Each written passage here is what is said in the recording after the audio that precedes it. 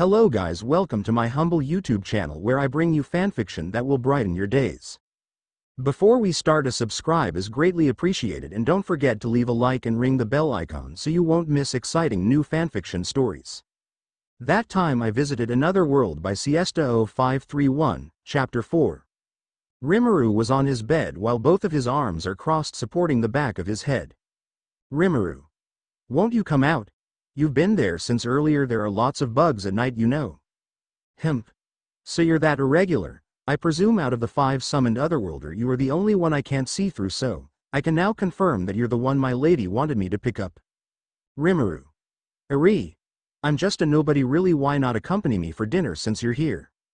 Foolish. By the will of Shallow Vernal Sama, you will go with me right this instant. I am one of the supreme goddess Kronwa. At that very moment, after Kronwa finishes talking, the flaw of time in Rimuru's room got suspended and Kronwa started approaching the individual wearing a weird mask. Kronwa. Hemp. What's so special about you? Foolish, you got my lady curious somehow. Rimuru. Chuckle. So it's suspended space-time manipulation, but still not as good compared to the ones I saw. Kronwa. What? I stopped time, how can you not be affected? At that moment Kronwa steps back while being dumbfounded, then Rimuru got up from his bed. He's wearing the anti-magic mask. He flicked his fingers and the suspended time shattered in an instant, then Rimuru cast time suspension of his own. Rimuru. Well, this is what real-time suspension is. I don't know who sent you, but earlier, I detected someone was trying to go through my barriers and trying to give me some little analysis, so it must be your lady Marshmallow-san, right?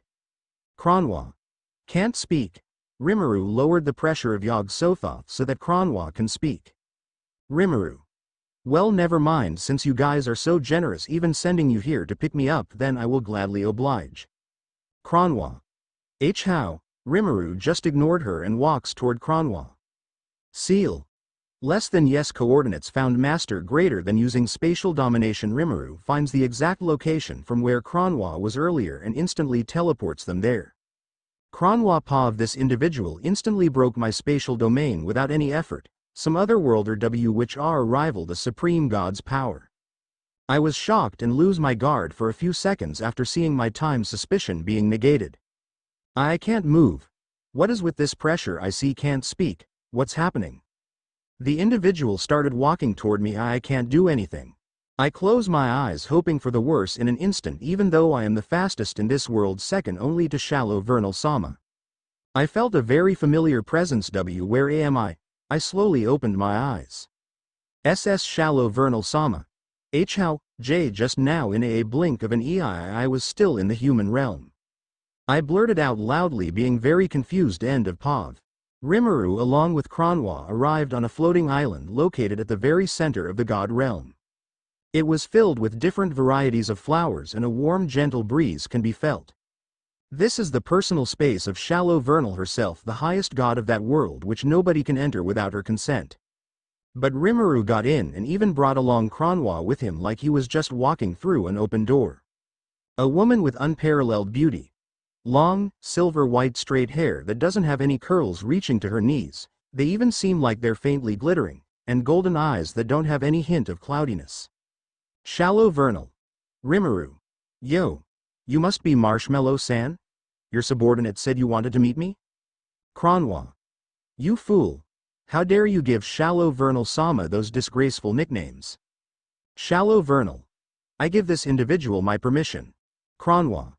Ha? Rimuru. Shallow Vernal. Being from another world. Welcome, I am Sharo Vanaru. Thank you for coming, although I didn't expect you to come here on your own and easily enter my personal space. Said Shallow Vernal with a voice without any hint of intonation and face without any expression. Less than analysis complete. Greater than, so this must be the highest god in this world, right, Seal? Less than yes, master, please control your pervy thoughts. Greater than, ahaha. Less than.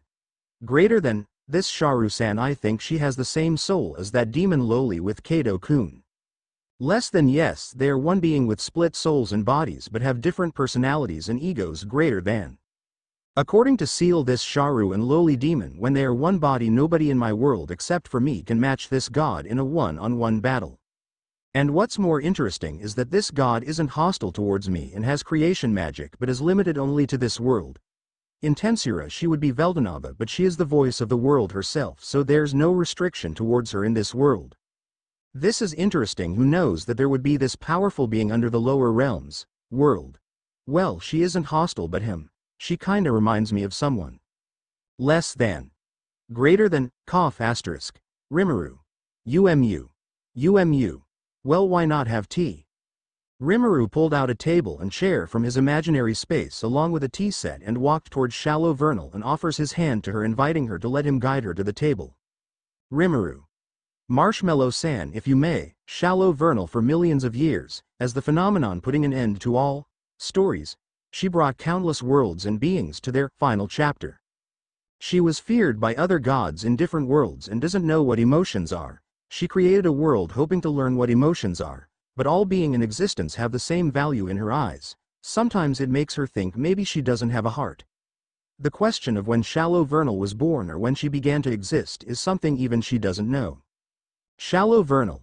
You're different. She offered her hand and walks together with Rimuru towards the table. Rimuru sat on the opposite side of the small round table facing Shallow Vernal and poured her tea. Shallow Vernal changes her attention towards Cronwa. Realizing Shallow Vernal's intentions, she kneeled with one knee and disappeared.